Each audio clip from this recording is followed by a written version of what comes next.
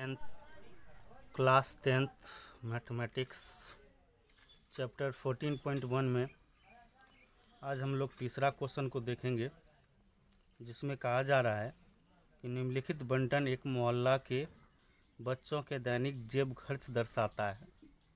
माध्य जेब खर्च 18 रुपया है, तो लुप्त बारंबारता f ज्ञात कीजिए। डेटा दिया गया है, इसमें हमें लुप्त बारंबारता f निकालना है, जबकि माध्य दिया गया है 18 रुपये। तो इस प्रश्न का जो सॉल्यूशन है हम कल्पित माध्य विधि से करने का प्रयास करेंगे। तो चलिए करते हैं इस प्रश्न को का सॉल्यूशन। तो इसके लिए सबसे पहले हमें पाँच इस तरह का कॉलम बनाना पड़ता है, जो कि हम पहले ही बना चुके हैं, जिसमें 1 2 3 4 5 कॉलम इस तरह से बनाए हैं। इस कॉलम में जो दैनिक जेब खर्च आएगा और इस कॉलम में जो बारंबारता दिया गया है बच्चों की संख्या वो आएगा। तो चलिए लिखने का प्रयास करते हैं। दैनिक जेब खर्च,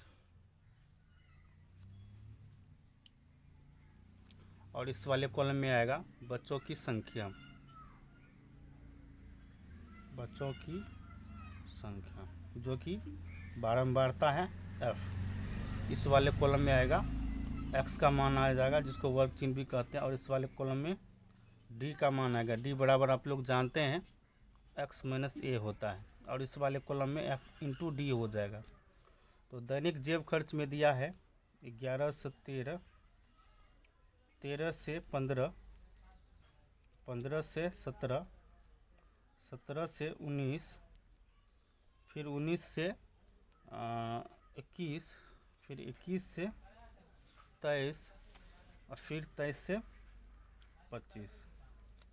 इसी तरह बच्चों की संख्या में 11 से 13 वर्ग अंतराल के लिए 7, इसके लिए 6, इसके लिए 9, इसके लिए 13, और इसके लिए जो है f दिया गया है, इस f का ही मान निकालना है।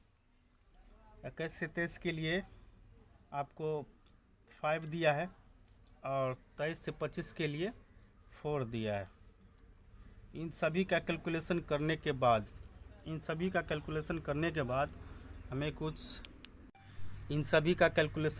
बाद हमें सिग्मा f का मान आएगा 44। इस सभी को जोड़ने के बाद 44 आएगा, और ये f है तो प्लस f कर देंगे। इसी तरह x का मान निकालेंगे। यहाँ x का मान निकालने के लिए आप लोग जानते हैं, जो वर्ग अंतराल में निचली सीमा और जो ऊपरी सीमा होती है उस दोनों को जोड़ने के बाद 2 से भागा दिया जाता है। तो 13 और 11 को जोड़ेंगे तो 24 होगा, और 24 में 2 से भागा देंगे तो 12 होगा। इसी तरह इसमें वर्ग अंतराल 2-2 का अंतराल है, तो 2-2 इसमें जोड़ते जाएंगे। तो यहाँ हो जाएगा 14, यहाँ हो जाएगा 16, यहाँ हो जाएगा 18, यहाँ हो जाएगा 20, यहाँ हो जाएगा 22, और यहाँ हो जाएगा 24। अब d का मान निकालने के लिए x माइनस a करना पड़ता है। तो x का तो मान आप लोग को पता है, लेकिन a का मान इससे पहले वाले वीडियो में आप लोग को निकालने के लिए बताए थे कि a बराबर होता है n प्लस n बटे 2। n देखेंगे इसमें 1 2 3 4 5 6 7, यानी x के पदों में देखते हैं n का मान। तो यहाँ देख रहे विषम संख्या है 7 बटे 2, 1 2 3 4 5 6 7, 7 बटे 2। तो ये आएगा मेरा 3.5 आएगा। तो इसका मतलब चौथा पद n होगा, चौथा पद a होगा। तो 1 2 3 4, चौथा पद 18 है, तो यहाँ पे a का मान 18 हो जाएगा। तो ये हो जाएगा a। तो इस तरह से आप लोग भी सीख गए होंगे a का मान निकालने के लिए। तो यहाँ पे x माइनस a, x का मान 12 और a का मान 18, तो 12 में से 18 घटाएंगे तो -6। इसी तरह बढ़ते जाएगा। यहाँ हो जाएगा -4, यहाँ हो जाएगा -2, यहाँ 0, यहाँ 2, यहाँ 4, यहाँ 6।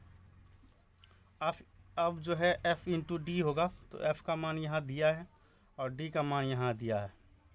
तो 7 छके 42, -42, यहाँ -24 हो जाएगा, यहाँ -18 हो जाएगा, ये 0 होगा, ये 2f हो जाएगा, f गुना 2f हो जाएगा, ये 20 होगा और ये 24 होगा। इस तरह से यहाँ हमें sigma f into D is equal to आ रहा है 2f माइनस 40। ये सबको कैलकुलेशन करने के बाद 2f माइनस 40 आ रहा है और यहाँ हमें सिग्मा f का मान 44 प्लस 5 आ रहा है। तो चलिए अब कल्पित माध्य विधि से x का मान निकालते हैं।